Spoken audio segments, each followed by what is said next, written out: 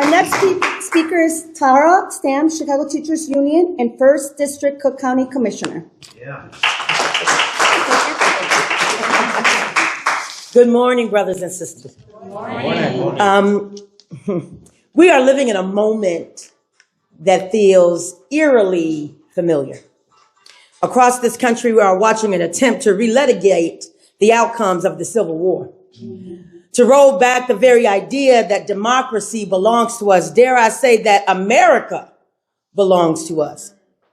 And as it happens so many times in American history, Black people, and in particular Black women, are under attack while simultaneously holding the line for democracy. Shout out to the 92% we tried to tell you.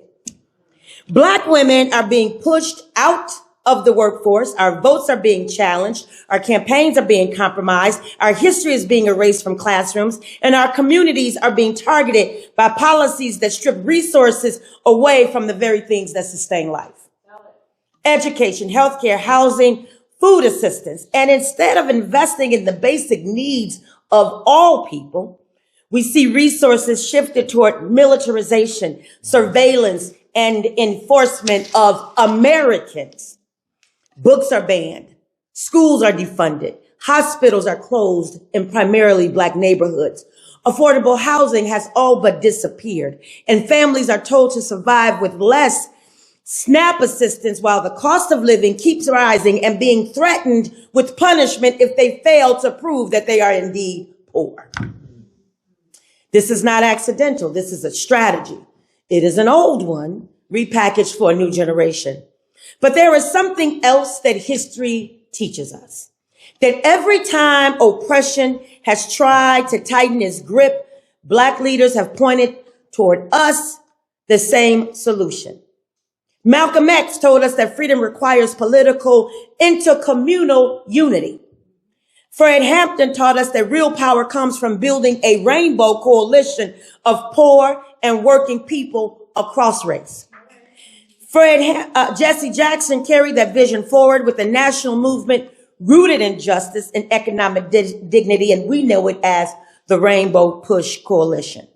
And here in Chicago, mayors Harold Washington and Brandon Johnson proved that when broad interracial coalition of working people and poor people come together, we can transform government itself.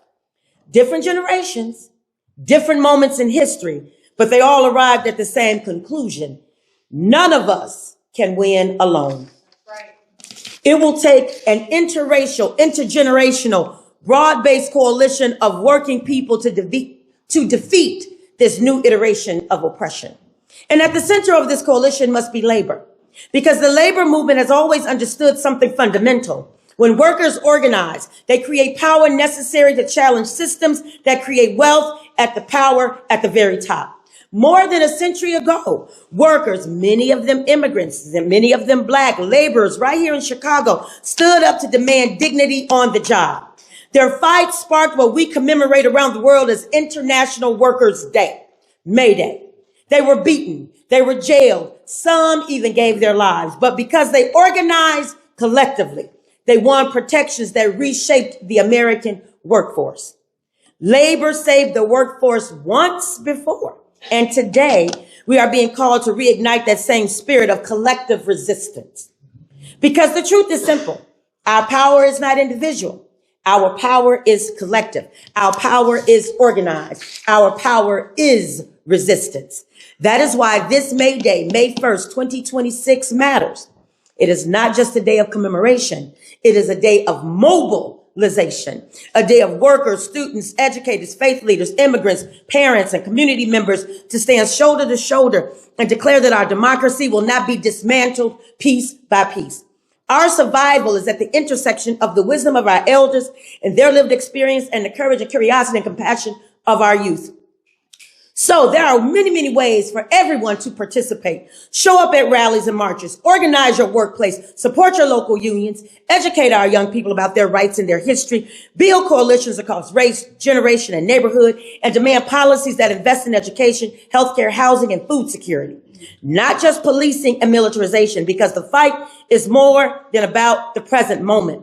It is about future-proofing this country for our children.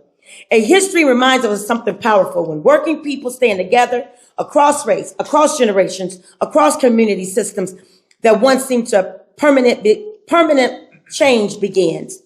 So when we move as one on May 1, let us remember the truth that is echoed through movements for justice all over the world. A people united will never be defeated. A little continuum. United will never be defeated. When we organize, we win. When we organize, We win.